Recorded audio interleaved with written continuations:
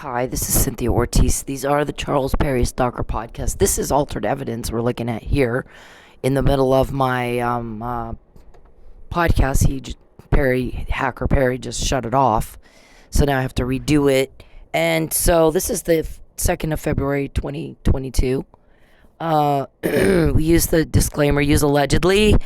Apply the but-for standard. But for Mr. Perry's stalking, I wouldn't do a stalker podcast. And it is to document, it is to establish premeditation on his part to commit a crime against me, which we are also going for the whole mains rea. It's criminal intent. And when he sits around and has a meeting, comes up with a plan to do some criminal act against me and then gets caught before he can do it. That happens a lot because I have help. And then apply the reasonable, prudent individual standard. We assert all constitutional rights. The First Amendment, not limited to, but the First Amendment, New York Times versus Sullivan, Garrison versus Louisiana, and equal protection of all laws. I deserve equal protection of the laws, the same as a man does, the same as a African American does, the same as anybody else. Domestic violence laws, anti-voyeurism laws, anti-hacking laws, anti-quit fucking with me laws, anything that says you can't fuck with me, obstruction of justice, tampering with evidence. Mr. Perry, get out of my phone. So that's what this is. I'm gonna play it and then I'll pick up where it left off. I can't live here anymore because you stalked me. That's why I leave me alone. I will. You talk to me for 2 minutes. No, 0 minutes. I don't want to ever talk to you guys. I don't ever want to hear your voice. Please, God bless you, but please leave me alone. Please leave me alone. Stop following me. You won't call the cops. Stop stalking me. Please, I can't live here anymore because you stalked me. That's why leave me alone. I will. You talk to me for 2 minutes. No, 0 minutes. I don't want to ever talk to you guys. I don't ever want to hear your voice. Please, God bless you, but please leave me alone. Please leave me alone. Stop following me. You won't call the cops. Stop. I don't.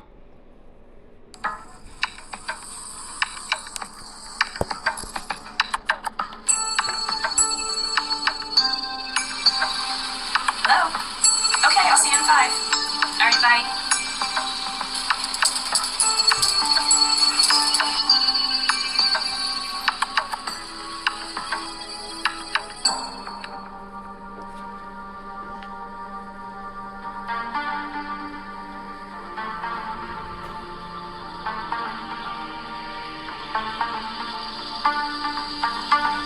Stalking has changed over the years because stalkers are employing more and more techniques to perfect their crime. Technology is being used in most stalking cases. And so there used to be a lot of time and energy involved in stalking someone, and with technologies it has become a lot easier.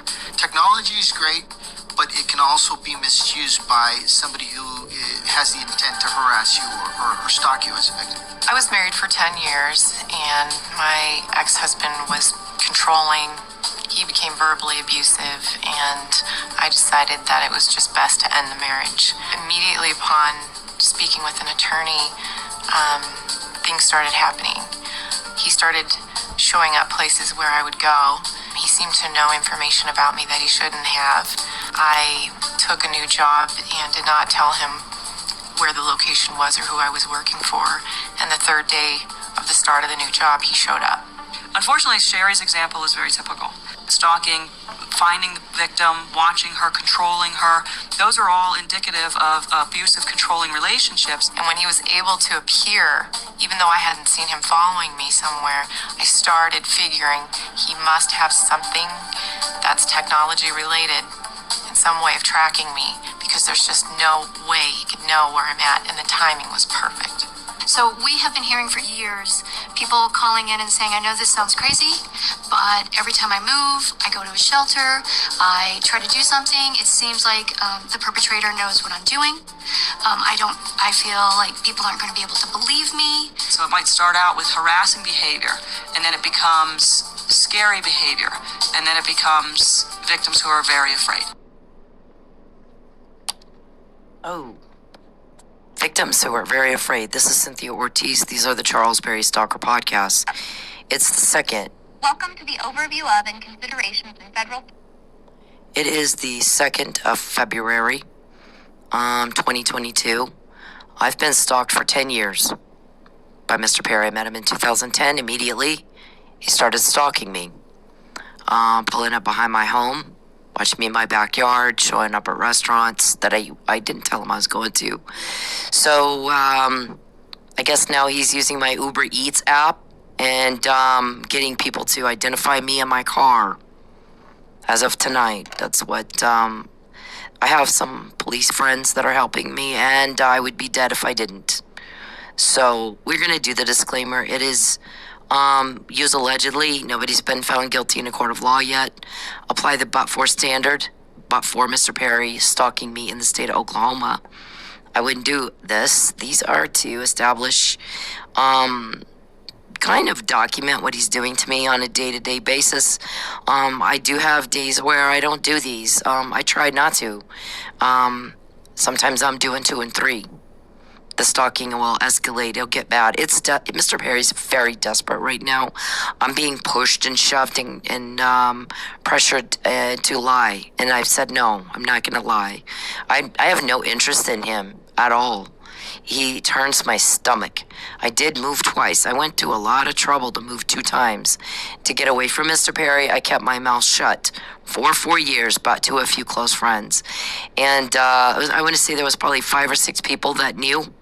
And most of them didn't live in Texas at all. They're not Texas voters. And I had a political consulting career and 2 children. I didn't want to taint with a scandal.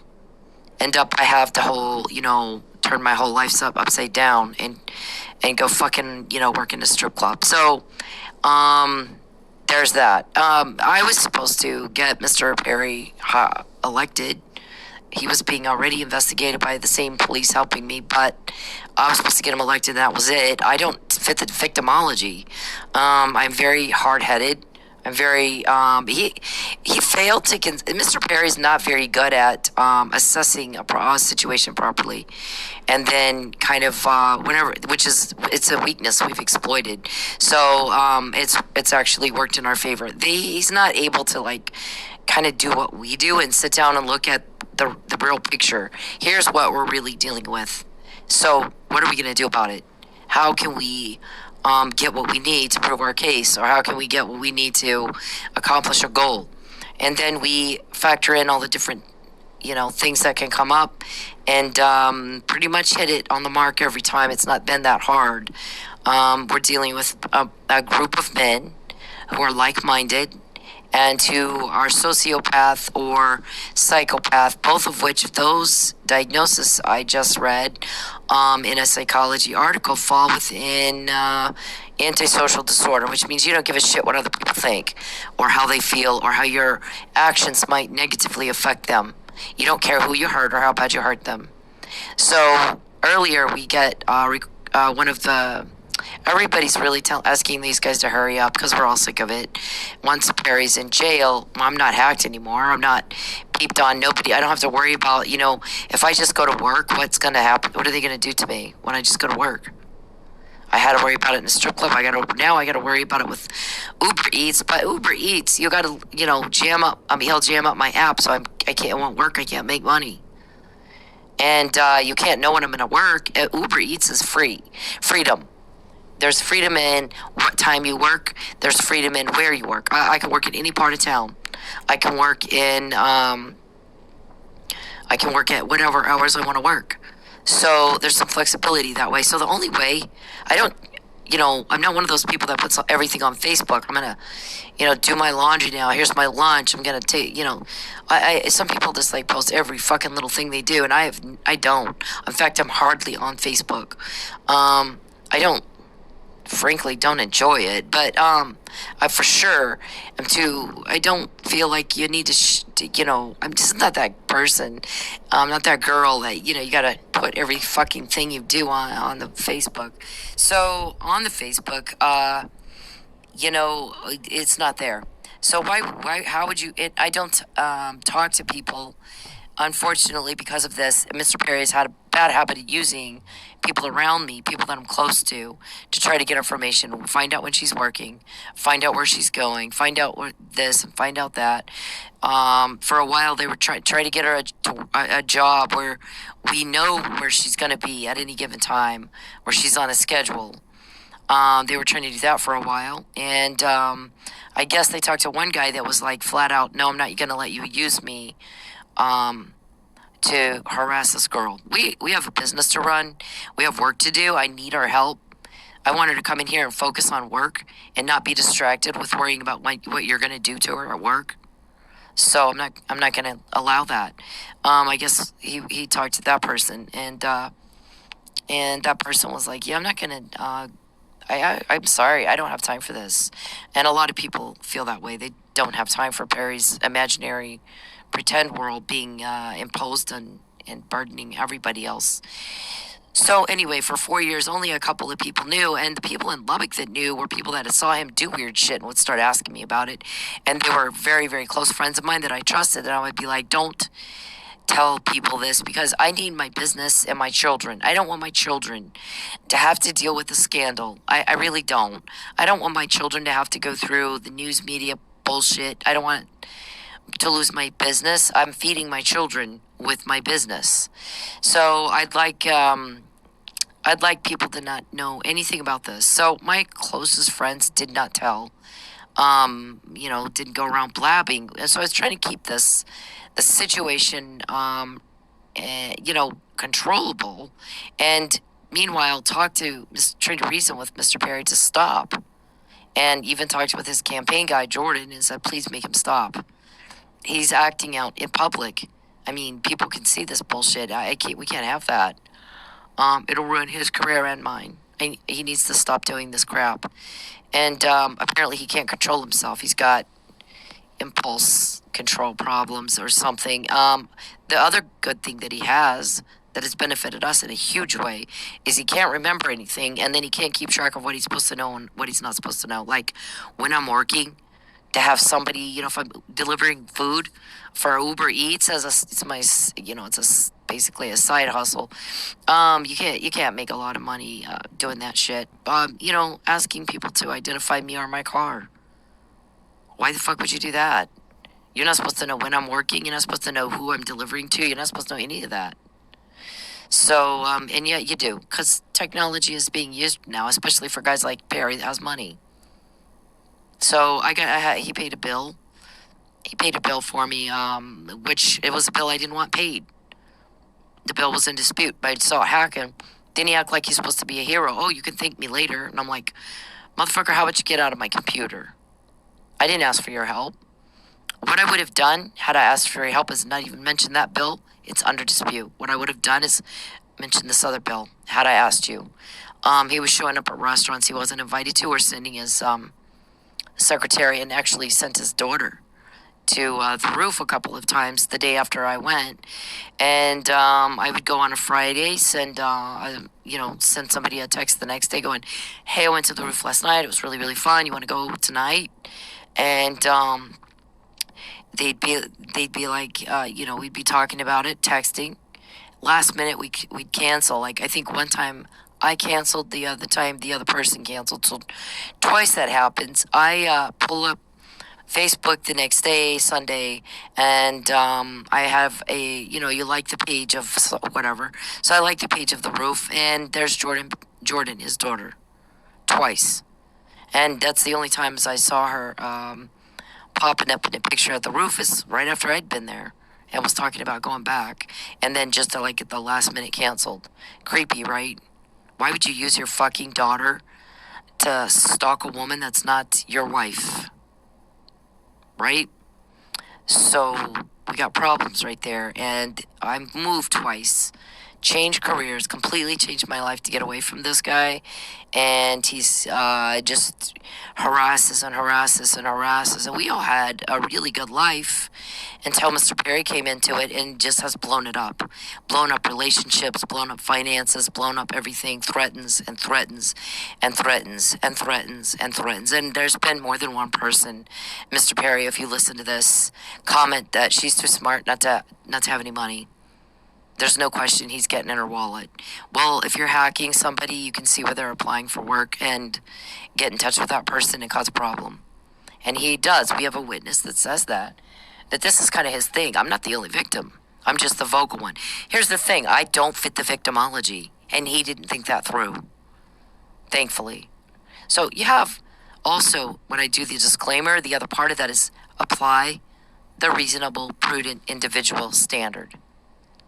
What would any reasonable, prudent individual do in the same same circumstances? That is something that law enforcement talks about. That is something that the courts talk about. What would a reasonable person do in this situation? Stalk a woman that doesn't like you is not reasonable or prudent. Failing to remember what information you got from hacking, which is a crime, and what you might have legit, that's another, not reasonable, prudent. Bothering people, causing harm. His friend is complaining. I'm sick and tired of going to these meetings where Charles wants to hurt Cynthia. I'm tired of hearing it. I'm tired of hearing him sit around and try to think up ways to hurt her, and not get caught, and then act like she owes him a lie. I need this, and I just need her to say that, and I just want her to do this. Fuck you. You aren't owed anything, and you're breaking the law. And you're asking her to do the same. And she said no. Is basically what the guy said. He goes, he's so selfish, and he's so cruel. And I'm afraid that if I have to hear it one more time, I'm going to have to leave the room, or I'm going to beat the fuck out of him myself. That's not a threat to you. I know you like to be drama queenie.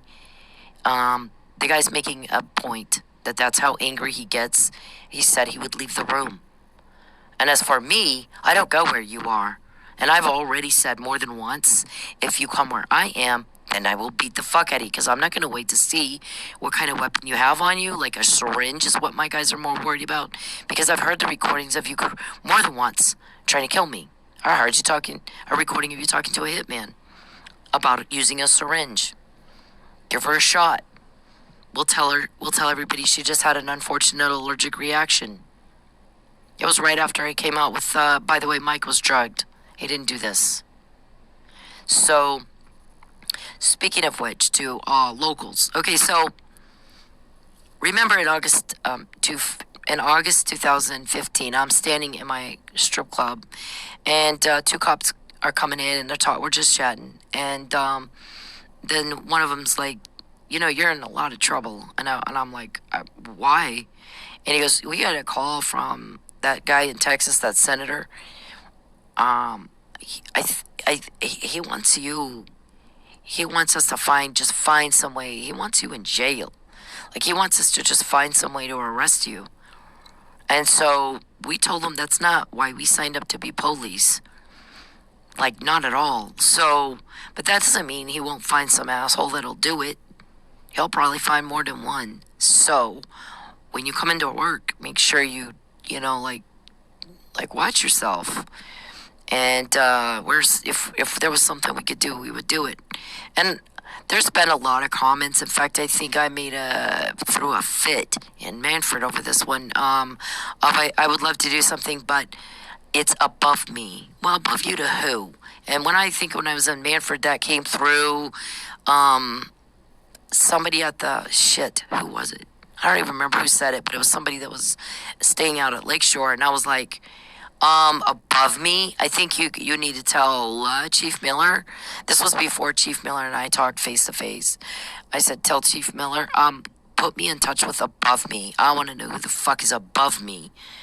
I'm knowing that this information was coming from the chief. Okay, if it doesn't get any higher than the chief, these other two guys that came into Sensations weren't the chief. They were down. They were more, lower level. They weren't in the upper brass. Blah blah blah. But I think clearly Tulsa police know at this point. People wonder what the hell's going on. That all this shit's going on in their jurisdiction and they're not doing anything. But so something's up. But that aside, they're not. Charles can't bribe all cops everywhere, and he's not getting to our guys. He's not getting to them at all.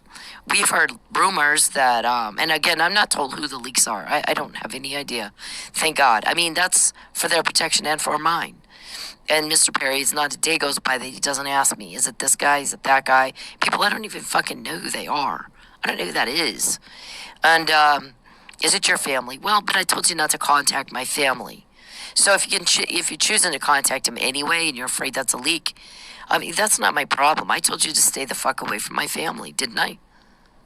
I mean, God, I don't, the stupidity here is unbelievable. But, okay, so you're local. Let's just say, for example, we heard that there were guys in Sapulpa, at both Sapulpa Police and Creek County, and then in Tulsa, and maybe Stillwater too, that were given bribe money, and they put it into evidence, and Mr. Perry was pissed off that he didn't get his cover-up, so he had it stolen back, and that was to the tune of about $15 million. So, again, it's unconfirmed rumors, but I'm sure if that comes up in court, Tulsa police can shed some light if they feel like it, or Sapulpa or whoever, if that comes up. So, I'm not in that loop, so I'm not going to worry about it, but that's the rumor that we've heard. And the guys helping me probably already know the answer to that. I'm not going to, they don't tell me everything. There's a reason for that. So there's some protecting the integrity of shit. So let me tell you something. I'm not like, I don't own a gun. Like, I've never owned a gun. I don't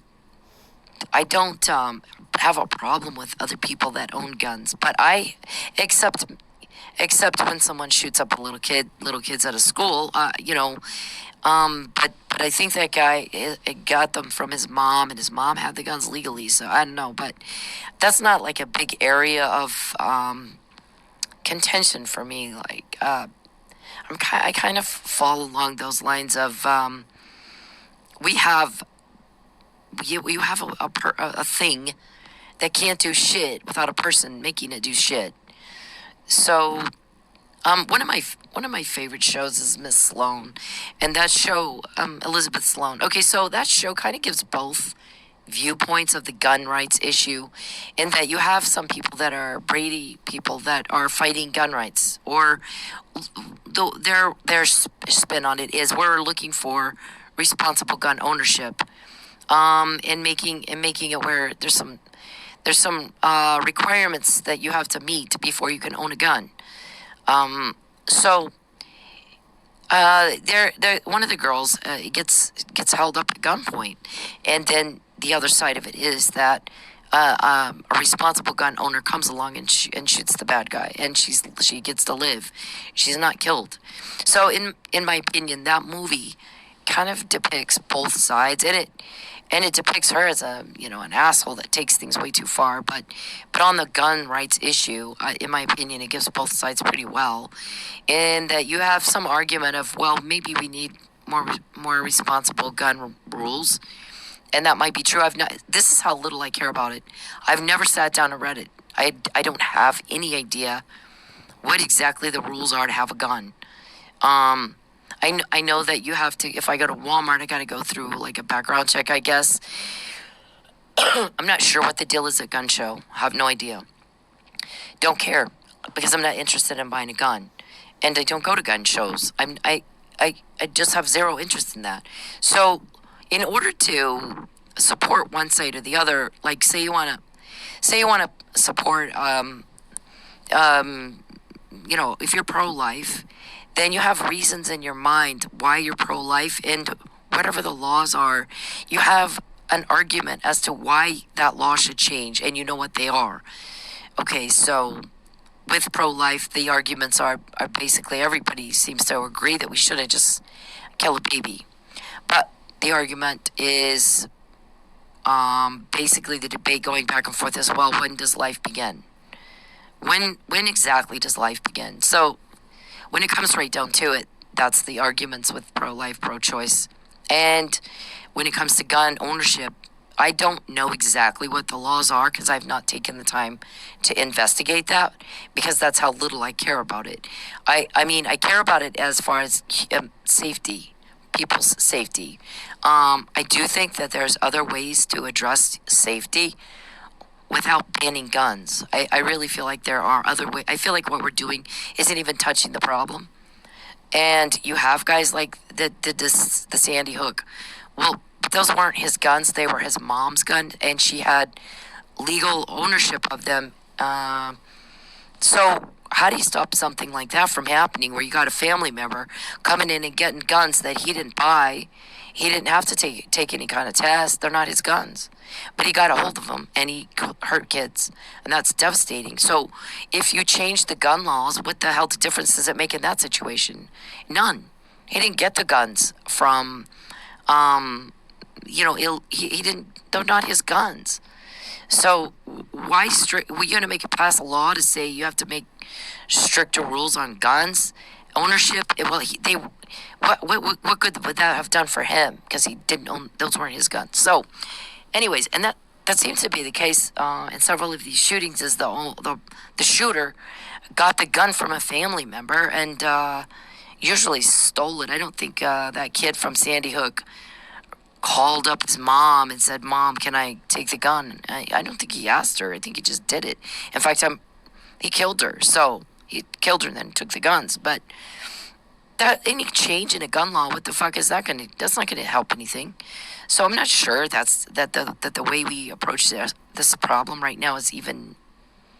It's not working. I think there's got to be some other ways to do this, to where we don't have these mass shootings because they are devastating. They do break your heart. It's just that changing gun laws isn't going to fucking help. Wouldn't help that situation one way or the other because they were obtained from stealing them from a family member. So after she was too murdered. So anyway, that's a whole nother thing. So I personally don't have the gun and don't want a gun.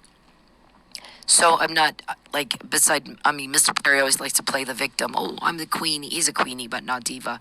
So he always likes to pretend like somebody's hurting him. And remember, he comes to Oklahoma to hurt me. So when he's caught, or when somebody tells on him, that's, he's just getting caught and told on it. Really, it's not, nobody's doing anything to him. Criminals don't like to be caught, but he's definitely not a victim. And whoever flew off the handle yesterday because they were tired of hearing Mr. Perry. I'm tired of sitting in a meeting and hearing him want to hurt her and try to find a way to do it without her finding out first and try to do it without anybody, linked to him and how can I get away with this, blah, blah, blah.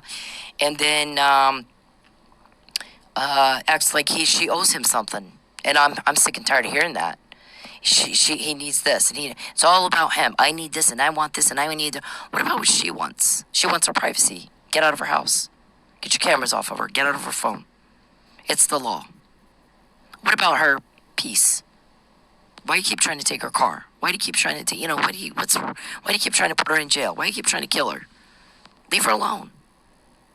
Get your ass back to Lubbock. Go get busy with your family and your friends and your kids and your business and leave her the fuck alone. We're sick of hearing this shit. We're sick of hearing about, hey, you need a lie. And I guess that guy, we are.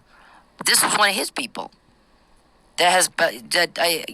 Anyway, so let's say I have ADD sometimes really bad. So I forget, I start a story, and then I go off into another story, and then I go off into it, and then I hopefully come back around and finish the fucking first story. But anyways, so, so I have to have variety in it too, in whatever it is I do for a living, because I have a hard time focusing sometimes.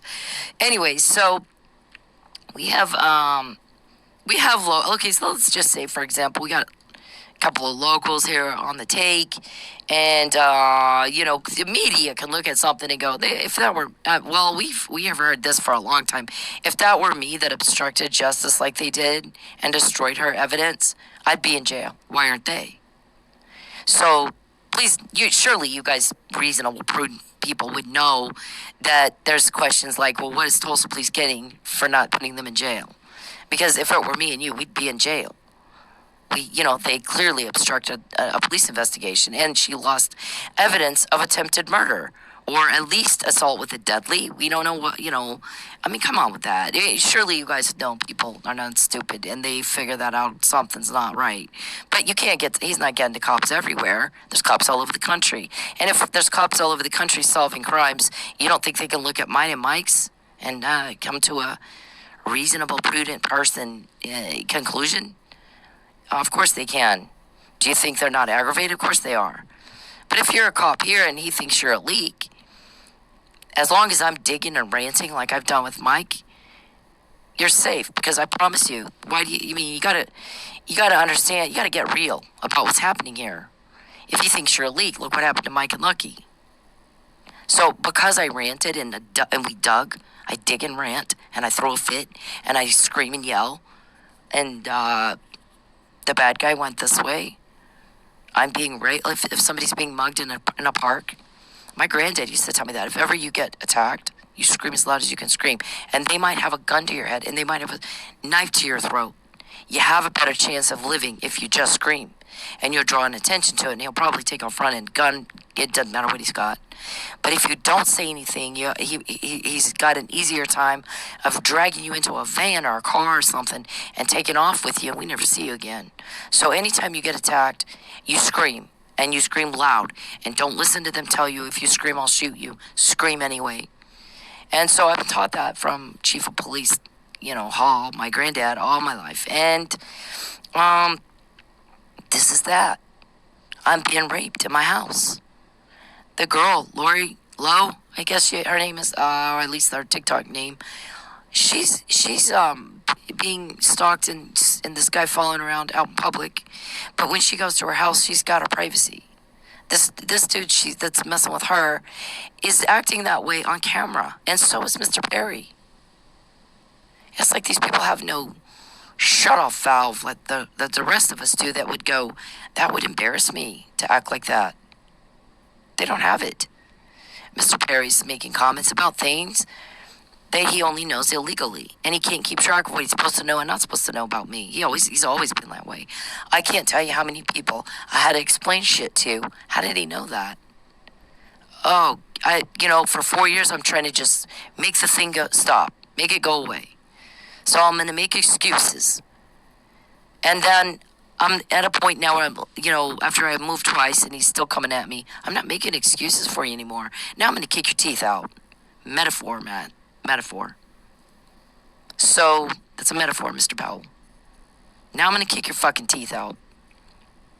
Because now you're coming where I've already done all I could do to avoid a conflict with you. I've already done all I could do and above and beyond. I've moved my whole life twice. I've changed my whole career. Do you have any idea when you're 40 years old, most people are really getting careers going good? I mean, by now I should be, 10, 15 years away from retirement. I should have a nice little nest egg. I'm in midlife right now, and I have nothing. And everybody else, they own a house. They've got it paid down pretty good. They've got savings and retirement and all that. I don't have that. Because Mr. Perry blew all that up. I don't fucking have it. And I've made a lot of money. Like I said, when I'm like 24, 25, I owned a medical supply. I had VIP passes to the nightclubs. I had an Infiniti Q45. That is a $40,000 car. I had, when I first turned 18, I got a bunch of credit cards. Like, all the credit card companies send you something. You're qualified. Here's your card. And it was even more lenient then than it is now. They've kind of straightened out the carelessness of that they did when it was my age. But I mean, I had a Macy's card. But I think then it was a Broadway Southwest or something. I don't know. I had Macy's card. I had MasterCard. I had Discover. I had Visa. I had so many credit cards, and I racked them all up. $15,000 with credit card debt I owed, and within 90 days I had it all paid off. I paid cash for my furniture, and I made a good down payment on my car, Infinity. Before that, I had a Saturn. My first car that I first bought myself in finance was a Saturn. So back then they were so wildly popular. Saturn, everybody wanted a Saturn. So I can make money. I don't need help. I'm not an infant. I'm in my midlife, and I've got nothing. And I'm going to tell you something. Lucky and Mike were upset about Mr. Perry calling up there all the time wanting to take my shit. This girl, he's already taken everything she has. All she's got left is an old beat-up car and a little bitty storage unit full of junk. And he's taking her. I mean, and then he's trying to take that too. Why the fuck is he so mean? Okay, so that's where Perry shut it off. There was one, I think, yesterday that ended abruptly when I'm showing Laura Collins's her written statement of the people that would coming up there taking pictures of me, and I actually shut that one off myself. That was me, and I had shut it off it was kind of an accident, but I did it. This one tonight, he did that. I did not shut that off. So anyways, we just went over the whole he's a hacker kind of thing. So hang on a second. Okay, so looking at pictures here, we got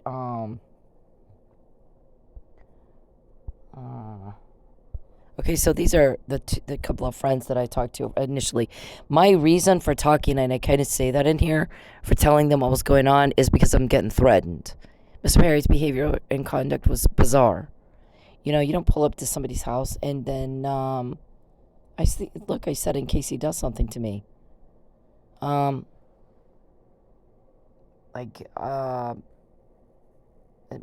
getting I know stuff here in case I try to hurt him. Then they're digging into my life, and I meant hurt politically. I'm not a danger. I don't have a gun. I don't go where he is. He comes where I am. So, like I said, Mr. Perry plays the queen, here, and the guy the other day yesterday was throwing a fit. I'm sick of that queen act of his, he's a victim and poor me, and I just need her to say this and I just need her to say that. Well, how about what she needs is you to comply with the law and leave her alone? How about that? He goes, I think we've all about heard it ad nauseum, how he needs a lie, and he just needs her to say that, and we just gotta pressure her this way and pressure her that way, and this is how I don't fit the victimology, because he didn't consider my life before I met him. He didn't consider any part of my life before I met him, and I'm not really going to do that for him. What I'm going to say is he didn't consider any part of my life before I met him, and in fact, we heard that, I don't know, about a year ago or so, one of his people go, you don't know, you're getting this wrong with her. You're expecting her to do a certain thing or react a certain way, and she never does. You don't know this, you don't know who she is. You don't know anything about her. You've made up an imaginary person in your head that's not real. And then you come in and you tell us, well, here's what we want to do to her today. It's different every day, some crime. Here's what we want to do to her today. And if you'll do this, she'll finally give in. She'll finally give in. She'll do what we want her to do. She'll lie. And the guys, listen, you've been saying that for 10 years now. And she never does it. Ever. Never does what you say she's going to do. Because you have imagined a person that's not real. You have created a romance with this person in your mind that doesn't even exist.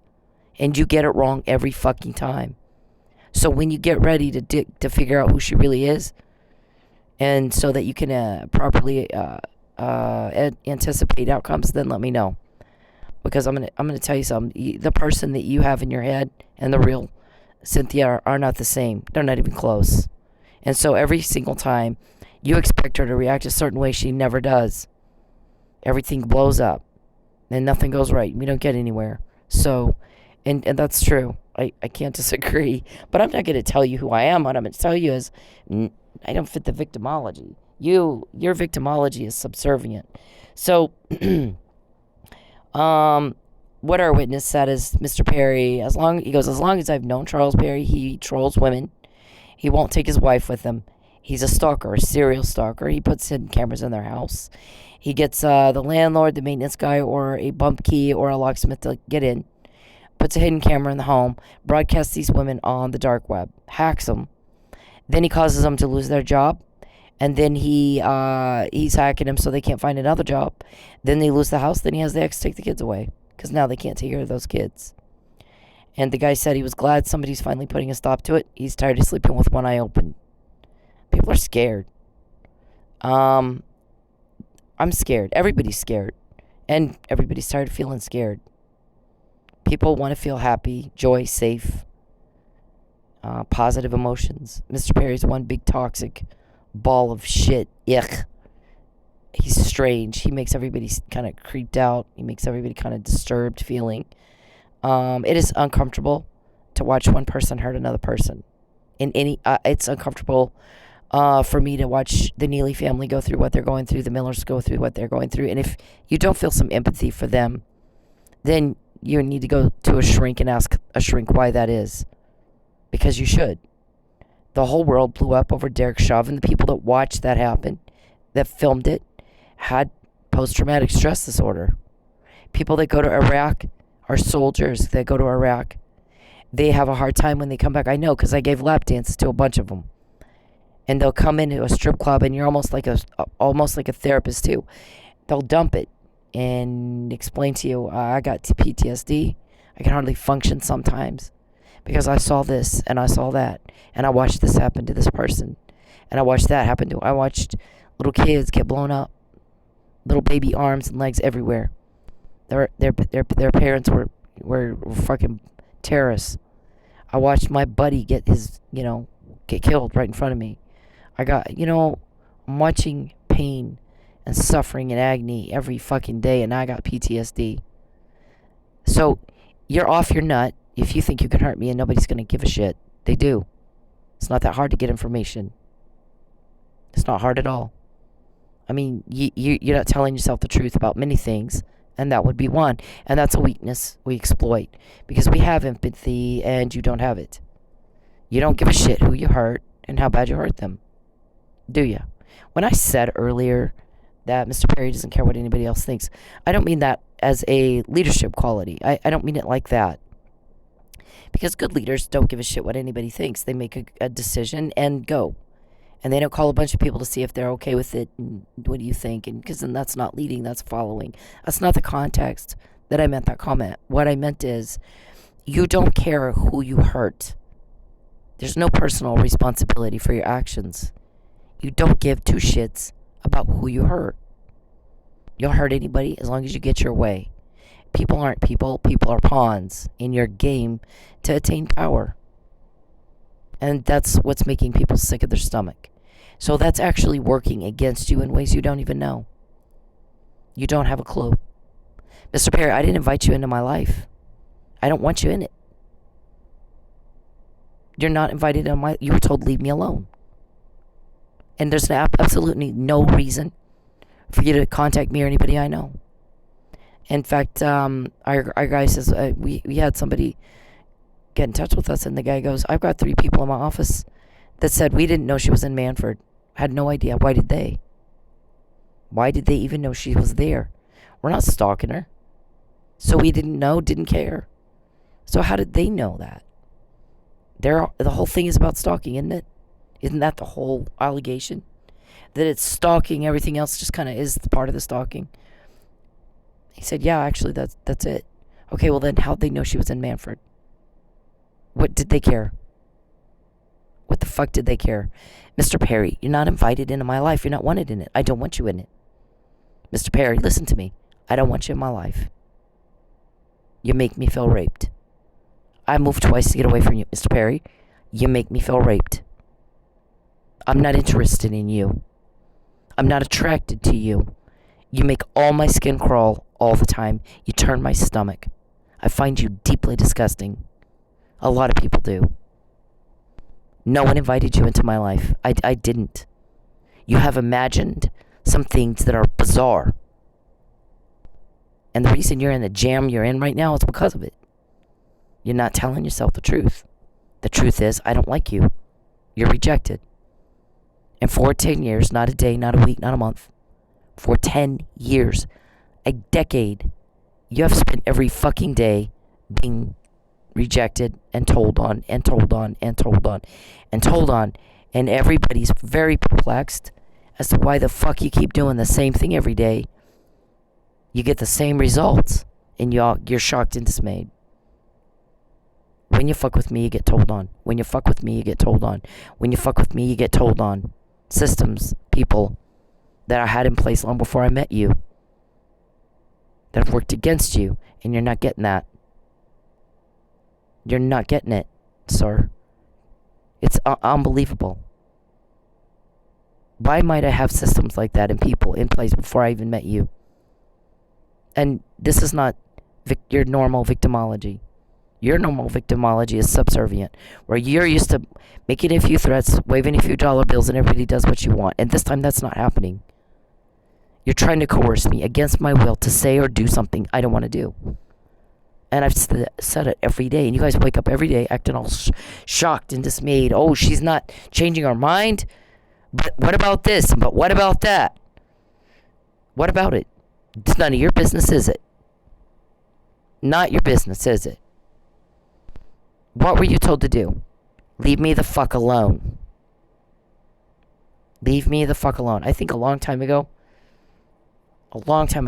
Perry was told, leave her alone or things are going to get very bad for you.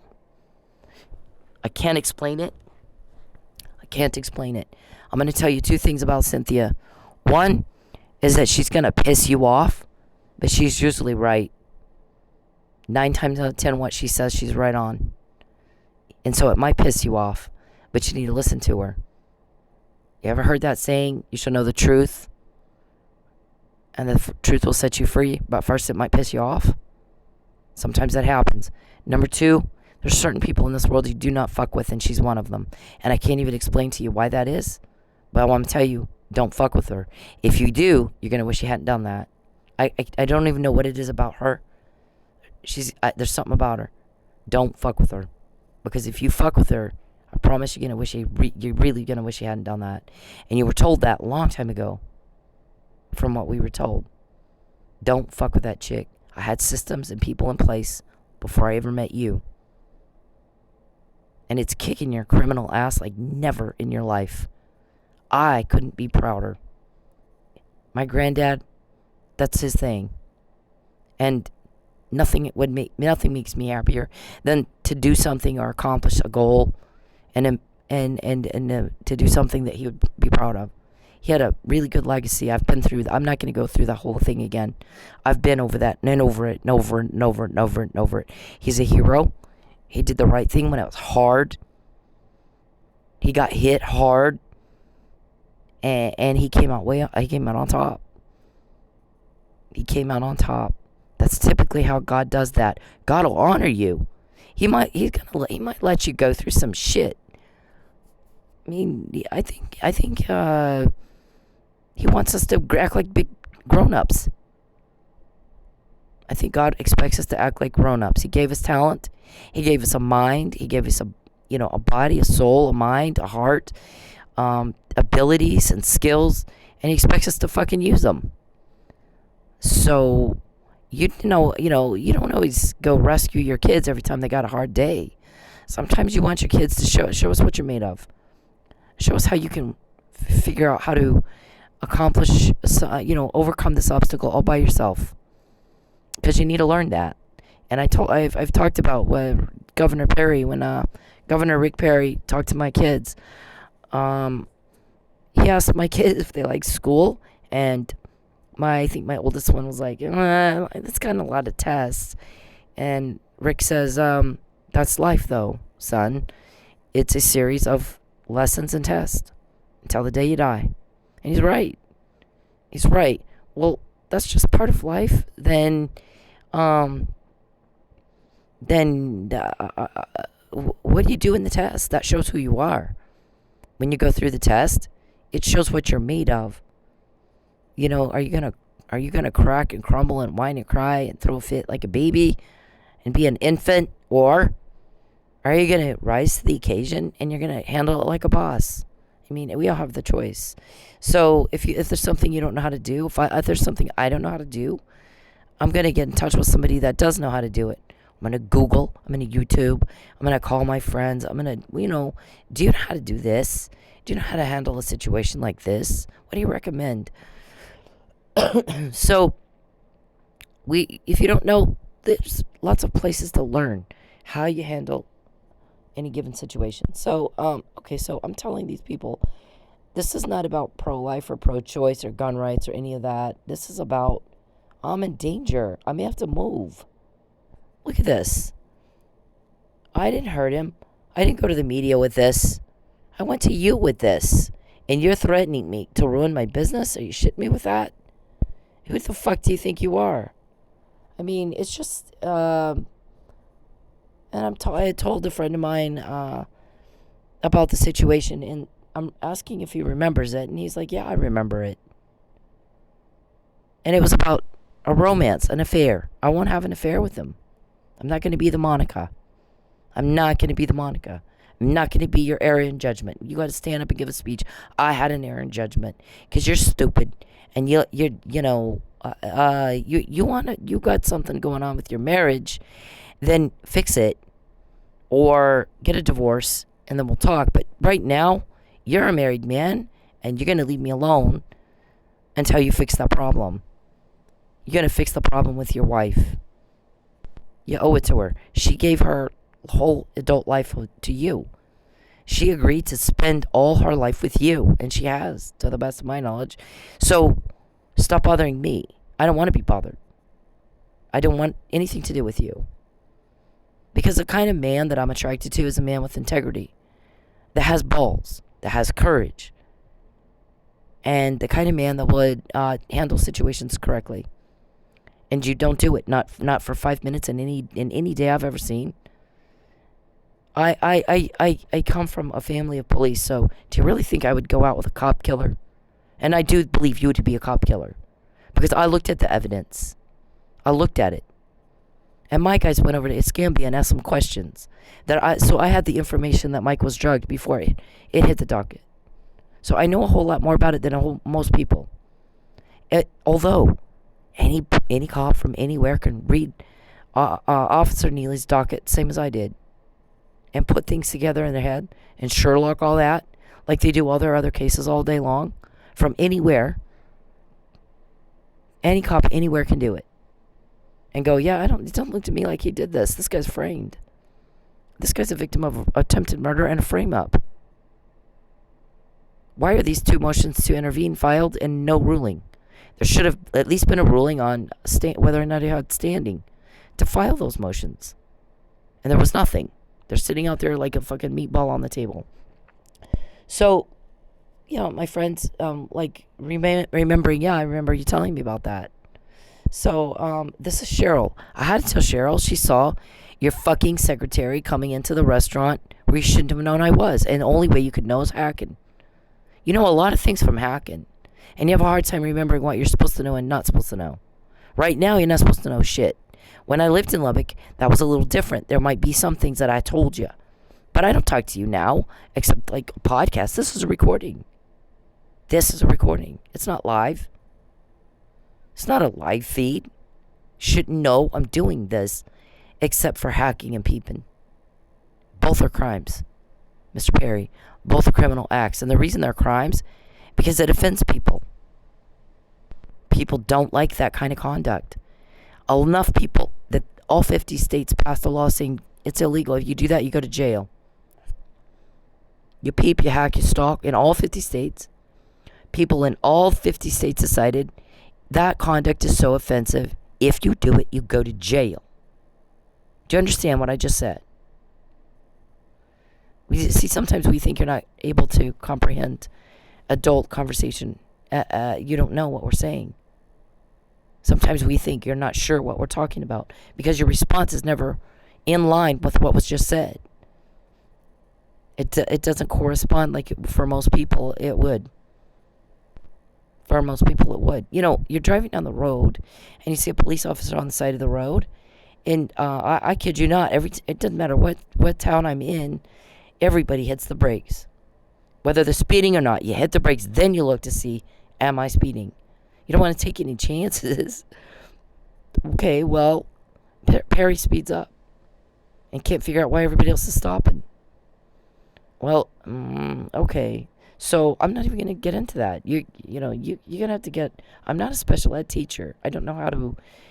I'm not trying to be mean. I honestly have no idea how... I've been trying to communicate common sense to you for 10 years. And it's not working. I don't know how to communicate with someone that's not... Just get it. Just get it. Just fucking get it. Just get it. Respond right. Respond right. I mean... I've worked with surgeons. I've worked with elected officials. Clearly, they're intelligent people. So someone that I have to say the same thing over and over and they're still not getting it, and the response to what I've just said isn't right, I don't know how. I don't know what else to do, but recommend that you play this for somebody who's got the training to do that, because I don't have it. I don't have the patience and I don't have the training. But you clearly are not understanding what I'm saying. You don't know what I'm talking about. I might as well speak Greek to you or something. Or you'd leave me alone. You're not getting the results you say you want. You want to cover up. You wanted to date. Well, I'm not going to date you. And you don't have a cover up. That ship sailed a long time ago. I know you guys think you can coerce me to a lie. I know you think that. You're delusional. You're not going to coerce me to a lie. You need to write it down, because I'm tired of repeating that. I've said that before. Listen, I say it one time. One time. And if you keep pushing me after that, I'm going to get mad. All you're going to do is piss me off. Look at my background where I came from. I'm not going to do your work for you. Look at my background where I come from. You've missed the mark for 10 years. I'm not going to comply with your wishes. I'm not. I don't have to. I'm a grown woman. This is a free country. Nobody owes you a lie. You're in the wrong. You're committing the crime. You're causing everybody anxiety and stress. You stop. You stop. Because when we're telling people what you just said, we need her title. I need her tag number. I need to know where the title is. Where does she keep the registration? Constantly, you guys have that conversation over and over and over. The ringtone, over and over and over. Get a ringtone. Get a ringtone. Get a ringtone. And then I have 9 pages of phone calls within a few days coming to my service. 9 pages. Not 9 phone calls. 9 pages. Philip has that. Philip has it. And then we get a recording. Well, you can't say she's crazy. If she said there's about 50 recordings of y'all talking about getting a ringtone, and now she's got 9 pages of fucking numbers coming in she doesn't know within a few days. How do you explain that? At the very least, it looks like it looks a little fishy, don't you think? Okay, so people aren't stupid. I mean, you guys are, but everyone else isn't. And so this is my friend Cheryl talking about what happened with you. And nobody called you and invited you to Carino's. So what do you got people showing up to fucking, excuse me, people coming in to, fucking spy on me. So lucky Mike and those guys out there were like, how many times I've sent my secretary into a restaurant to spy on a woman who is not my wife? Never, because it's weirdo. You know how many times I've gone in to spy on my wife or had my secretary do it? Never. It's weirdo, and it's not what you got to do to pass a law in Texas. Why are you going to the court of law saying you got a political vendetta, sir? You don't. You don't matter.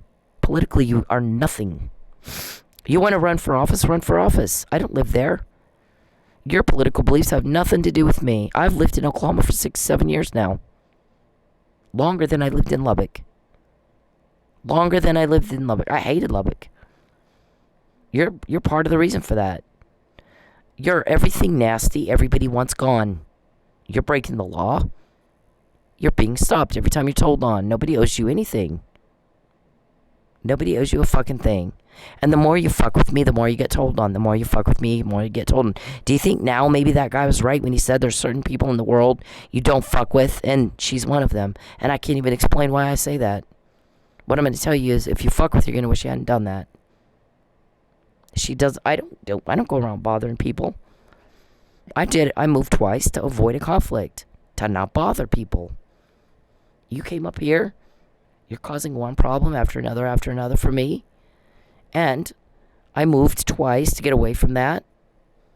You're coming up here anyway. And so I kicked your fucking teeth out, metaphorically. I fought you in court. I'm not studying the law and going through all that just because I have nothing else to do. I'm doing it to fucking get you off me. Because you're raping me and I don't like it. I have no feelings but disgust for you. And you're making everybody mad with this. Especially me.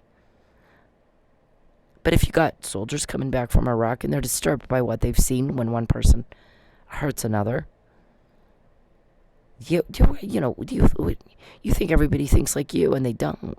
In fact, very few people think like you. Most people have empathy. Most people get upset watching one person hurt another. Most people. Our shrink said that was torture, psychologically torturing your family. Because your family loves you. They want you to be happy. They don't want you to have to deal with this. And here comes all weird Charles. We just need you to say this, and we just need you to do that, and we just need you to push her this way.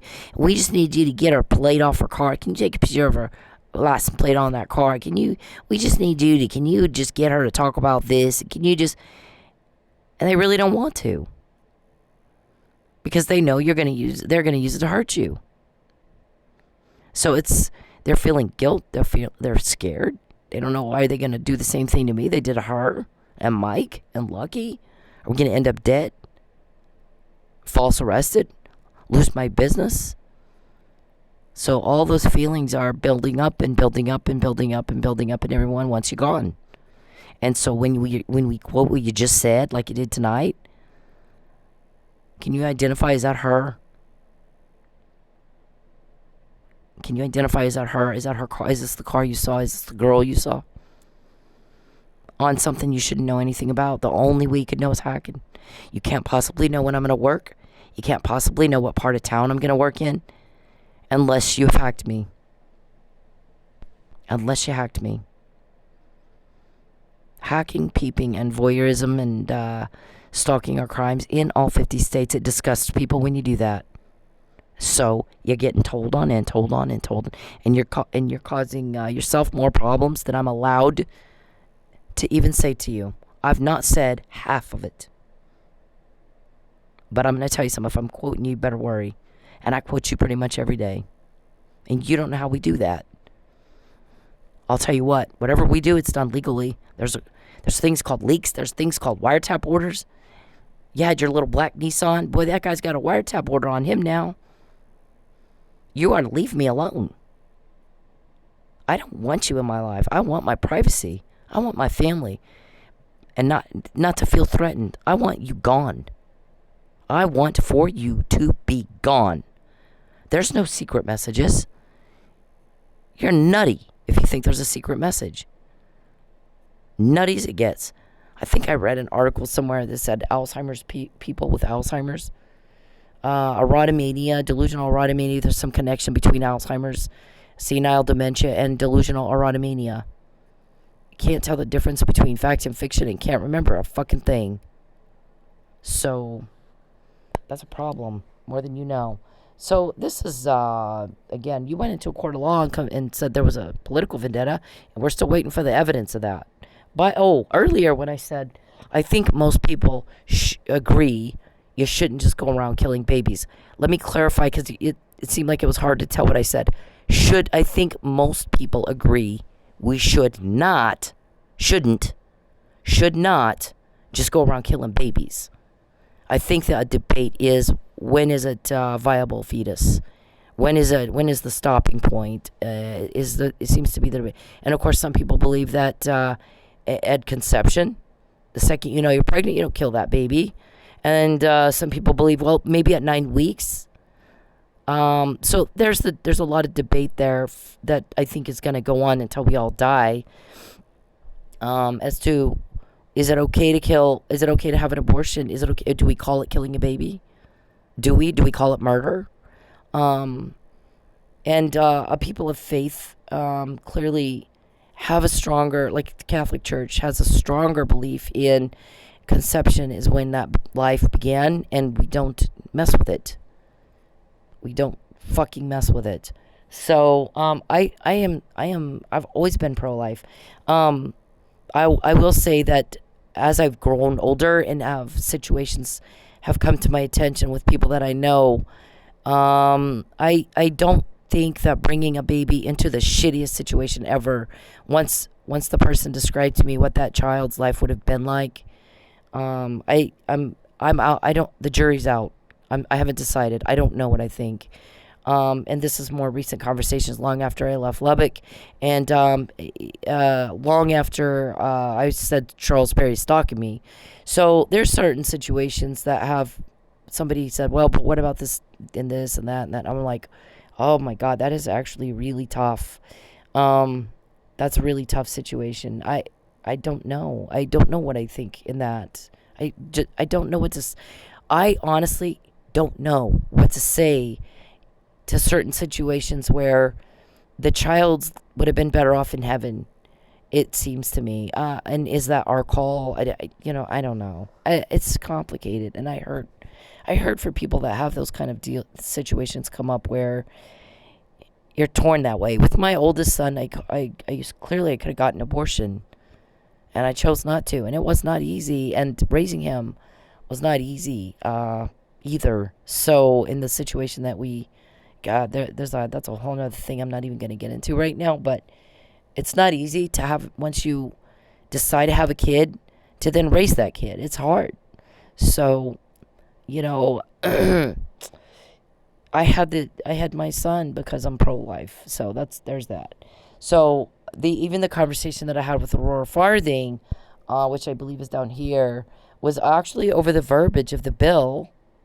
It's not gonna pass equal protection.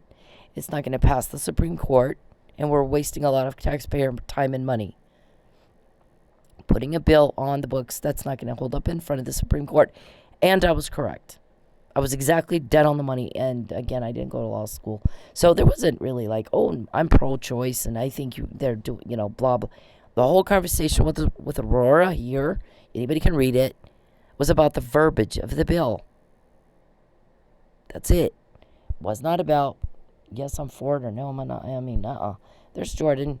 That's his daughter. I'm telling my friend Cheryl, creepiest thing ever happened. This was the second time. I don't say anything the first time it happens. The first time it's a coincidence. Not the second time. Right? And I'm raised by police. Police don't believe in coincidence. So the first time we'll say it's a coincidence. It's possible. The second time there's no fucking way. The third time it's absolutely not a coincidence. And so this was happening. I mean, is this not as low as you can get? You have your kid stalk a woman that's not your wife at a nightclub bar type thing.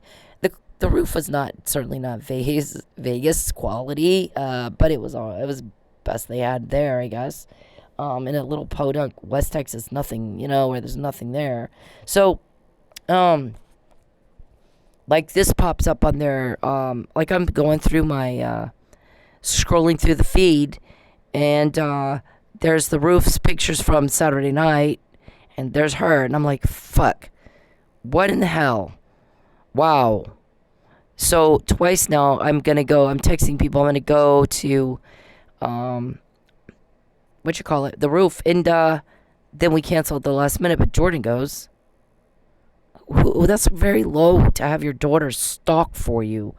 So I was pissed. I'm just like, you gotta be shitting me with that. So anyways, I mean, there's clearly a lot of crap going on here that shouldn't have been going on. And then we have the phone hack. Okay, so here's the bill. This bill was in dispute. This Mr. Coffin and I butt heads like a motherfucker. I mean, this guy, I think one time I was like, you're a fucking idiot, Kaufman. I mean, it's just a whole nother ball of shit I don't want to get into right now. But okay, so I get this bill from he emailed it, right? And then I get this bill, and okay, so look at the amount due is $350. You got to pay me $350 to talk to your kid. What do you think I'm gonna Do you think I'm going to pay some, this guy is like, I'm begging him. He heard from all my friends, including Paul Scarborough, who's the undersheriff, telling him I used to be CPS, I'm the undersheriff. And I think at this point he was the sheriff, and he's telling him, we used to hang out with Paul and Nancy. They were like family. I'm hanging out with these people. I'm not seeing anything, but this mom is a great mom. She's not abusing this kid. She's not doing anything to hurt him. So I'm upset. And Paul and Nancy even drove all the way to Albuquerque to testify, and of course the judge wouldn't let them. Wow, what are the chances? The whole thing was reopened on the child abuse of the Teen Challenge thing my parents ran was shut down for child abuse and neglect.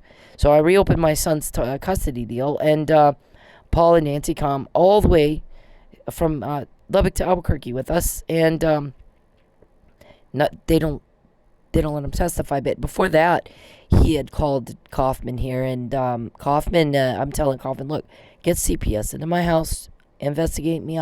There's no abuse, there's no neglect.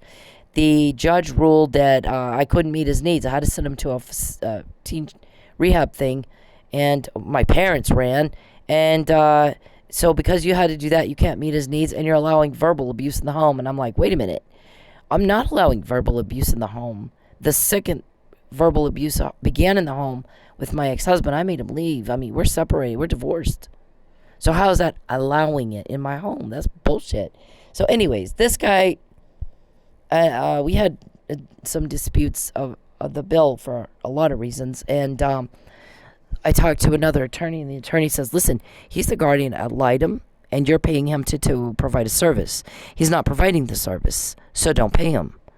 And he explained a whole lot more detail than that. That's pretty vague, but he explained without giving some intimate details of it's not that I don't mind sharing. I don't mind sharing. That's it's what I don't. It's the time it would take me to get into all that. So, anyways, but look at the amount that Mr. Perry paid here. Pretty close to the $350, right? Because these two invoices came in the same time, same day. Okay, so I don't want this guy paid. I don't want him paid. I've already been told by an attorney in Lubbock, a friend of mine. I don't remember if it was. I don't think it was Mr. Miller. I think it was actually David Nielsen, who is now deceased. So I think Nielsen said, here's what he's supposed to do. If he's not doing that, then dispute his bill. He's not performing the duties. So don't pay him. And so Mr. Perry doesn't get a call from me going, I need you to pay the wrong bill. Mr. Perry gets fucking nothing. He sees it hacking, and he pays the wrong fucking bill. Look at that. And then tells me, thank me later. And I'm like, how about you get out of my computer? Thank you. Thank you for hacking me and paying a bill I don't want paid. Okay, yeah, I'll get right on that. You hold your breath. So, and then of course I had this shut off after everything discussed in the harassment email. I had this shut off and got a new phone. He tried to text from it when I wasn't home. I didn't even use the phone anymore. Then this is me where I said, stop, please. He's jamming everything up. I couldn't get anything done. All of a sudden, he pretends he doesn't know who I am. We've been texting for years. All of a sudden, he's done, I don't know who you are. And I'm like, letting him know was the computer I was upset about. But if his wife is looking at his text, I didn't want her to get upset. Because remember, I'm trying to be discreet. I'm trying to reason with Perry. I'm trying to make everything is just going to be okay, right? We're just going to talk this out. You're going to stop stalking me. There's not going to be a conflict in it or anything. And everybody goes on with their lives, right? Wrong. That was my goal, though. I was trying so hard not to have a situation. And, of course, Mr. Perry he loves drama. And he's some kind of wish to go to jail or something. Because you don't listen. If you're a cop, maybe you understand this. Maybe you don't. I don't know. But what I'm saying, what I believe, what I know of cops, at least cops that I know very well, is it becomes very personal when a cop is killed. It becomes very personal for a cop family. It becomes very there's an outrage to it. There's an a major outrage when a cop is killed. And any cop can look at like what happened on the docket with Mike and Lucky's deal and go, there's no way Mike could have done this. No way. And why is she having to file motions to intervene? Because she's got subpoenaed.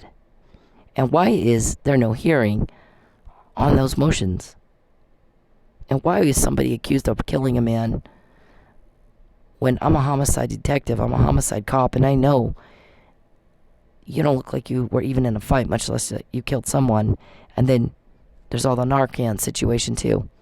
On top of that, you are a cop killer. And when you hurt anybody, you're gonna get me. You're on the wrong side of me. When you hurt anybody at all, in any way, shape, or form, you are on the wrong side of me, and you're gonna wish you hadn't done it. I don't pick a fight. I mind my own business. I do my own thing. But you come and you start picking one with me, I promise you'll wish you hadn't done that. You already do. You wouldn't be desperate for a lie. Let's coerce her. Let's take her car. Let's make her sure she has no money. Let's do this. Let's do that. We got to starve her into a lie where she feels like she has no other choice. That's a RICO Act violation, by the way. And what I do instead of taking your bribe and lying is this. I just put it out there. Here's what they want me to do. Here's what I'm being threatened with. And if they do it, then I go, well, but I did tell you. I did say that. We told you so. I know exactly how to deal with this shit. Mr. Perry lived in Vegas for a very long time. That's a world you can't possibly understand. You have no idea. Not a clue. But for cops, you kill a cop. You hurt one, you're a threat to one, you're a threat to all. But this time, I shined a light on it. And I'm like yelling and screaming, over here. There's an officer down in need of assist. Over here, an officer down in need of assist. Please come help. Please come help. Screaming and yelling and screaming and yelling. So if we have another officer down, Mr. Perry, you're fucked. I'll make sure of it. And if you're a local, whatever your situation is that you are in it, you were threatened into it, you were bribed into it, I don't know. Because not everybody's in it. Those two came and talked to me at work. They weren't in it. But if you're in it and they think you're a leak and you feel like, I'm screaming, yelling, as long as I'm screaming, yelling, you're safe. What are they gonna? They're not gonna do anything to you because right now the light is shined right on you. These guys are stupid. They're not that stupid. But the second I'm gone, so is the light. That's why they're trying to make me be gone, don't you think? They got motive. They've got means. They've got opportunity to do a whole lot of things that are criminal acts. But you know what? They're pissing everybody off. They're making everybody want to hit them. They're making everybody mad. They're making people sick. When I say making people want to hit you, listen, Matt, you got to get off your little trip with this. Oh, it's a threat. Nope. There's no threat to you. You're off your nut. You need to relax a little bit. People joke about stuff. People make comments about it. They don't mean it literally. You're stupid that you can't figure out when people are meaning something literally and when there's a little sarcasm or it's just like trying to make a point. It's just trying to make a point, Matt. We're tired of this. Nobody should have to explain that to you. Look, I'm not from Lubbock, Mr. Powell. I'm from Las Vegas, and people are faster in thinking. They get it. Nobody has to sit down and explain. That's just to make a point. It's not to be taken literally. That's just a metaphor, Mr. Powell. That's just an analogy, Mr. Powell. I mean, come on. Keep up with everybody else, please. It's driving us nuts that we even have to explain that. It's not to be meant. It's not to be taken literally. Nobody's threatening to hurt you. Stop acting like a bunch of girls. Nobody's threatening to hurt you. No one. You're not under threat. You are the threat. We're tired of it. And that's what I'm trying to say. Everybody's sick and tired of y'all. And the more you fuck with me, the more you get told on. And it's been that way since the McNamara email. I mean, you got to get the cause and effect by now. Really. Really slow. You guys are driving us nuts. There's other cops outside of Oklahoma and Texas that don't give a shit who you are. What they know is you killed the cop and they're pissed about it. The other one's sitting in jail. Officer down in need of assist. And you're making them sit there, and the anger grows and grows and grows more and more and more and more. And people can look at this and go, if I did to Cynthia what they did to Cynthia, I'd be in jail. Why aren't they? Please understand, people aren't stupid. People exist outside your world of weird, outside your corruption, and they don't give a fuck who you are. And I'm going to tell you something. People in the East already don't like Texas. They already don't like you. Just because you're from Texas. But maybe this is why. Because y'all do shit like this. And everybody's had enough of it. Everybody's had enough of it. You can't get up on a pulpit and scream and yell about your holiness because you're pro-life and you're against gay people getting married and all that crap. Shut up.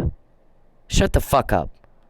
Look in the mirror at what you're doing right now to the Neelys and the Millers and to my family. And then talk to us about the rest of it. That's how the people in the East and in California look at you. What I just described, that's how everybody else sees you. You're a hypocrite. So shut the fuck up about your holier than thou bullshit of pro-life. I don't even want to hear it. What I want to see you do is your walk matches up with your talk. And you killed a cop. So don't tell me. I can look at it. I can look at it and I can see. I can read just like Cynthia can. I can look at a picture and see. And look, it's just like Cynthia can. So don't sit here and tell me that you're pro-life and that you're better than us and kill a cop. You're not pro-life. You're pro-life if it's convenient for you and it gives you power. If that's the case, then you're for it. But if it takes your power away, you're going to kill it. Doesn't matter. Then you're against life. And we're for cops. We back the blue. So fuck you. Because what you could have done is stand up and say, we're for cops. We back the blue. And clearly, Mike could not have done this. But we didn't do it, so let's find out who did. And you didn't do any such thing. You're coercing, and you guys get up every day. You expect me to change my mind, and I don't. And then you're shocked and dismayed, and we laugh at you going, wow, it's been 10 years of this. Why would I change my mind now? What I asked you to do, leave me the fuck alone, or it's going to get worse. It has been forever. Charles, I don't care what you think. Didn't ask you, did I, Connie Curry? I don't care. I said, comply with the law. I said, go be a law-abiding citizen and leave me the fuck alone. And the more you don't, the more consequences you're going to have to get out of that you can't. It's already past that point. I'm not going to lie for you. You're caught again. You're caught again. You want to know where my title is? It's in a locked place, so you can't get to it. You had Terry Wagner, your buddy. Mr. Robertson, I guess he's your buddy because he does road construction and tried to convince me that 40 years working in road construction, he never heard of you. Right. I'm sorry. I'm not, come on. Again, I'm from Vegas. You think faster. We get it faster. We get there faster. Y'all are slow. So I asked somebody who's telling me, I've worked in Oklahoma road construction for 40 years. Oh, probably you know Dynamic Shot, David Robertson. Oh, no, never heard of him. Bullshit. You at least heard of him. Now, since you lied to me like that, my guess is he sent you in here. And I knew that from the first day he walked in, David. Surely you knew that. Surely you fucking knew that. So, you want to play me, I'll play you right back. Just leave me the fuck alone. I didn't come up here to pick a fight with you. I ran from one. I moved twice. I didn't pick a fight with any of you. I asked you to leave me the fuck alone. You're in a mess because you asked for it. You're in a mess because you're picking a fight. You're causing drama. You chose that. Because guess what? We all go through our whole life and don't have to buy a single cop, don't have to buy a single judge. So why do you? It's not hard. You go be normal. Mr. Perry has no chance of a date with me, ever. Never. It's not going to happen. If you're a local, I don't know what the situation is you chose, and I don't care. What I'm going to tell you, though, if they think you're a leak, As long as I'm around to dig and scream and rant, you're safe. And you're welcome, by the way. And that's because of Mike. It's because of what I've done with Mike. I'm not letting a cop get hurt and just do nothing. I'm not. I don't know how many different ways we need to say the same thing before you realize what you're into. You're in over your head, Mr. Perry. This has not gone on for a day or a week or a month. It has been this way for 10 years, sir. You never get a date. You always get told on. Every fucking day. I have help. And I have help. There's no way you could get to him. And it pisses me off that you don't get that. I said leave me alone. So leave me alone. Because if you leave me alone, there's nothing to say. There's nothing to tell. And there's nothing to catch. Nobody owes you a lie. You comply with the law. You're wrong. You're breaking the law. You stop. Thank you.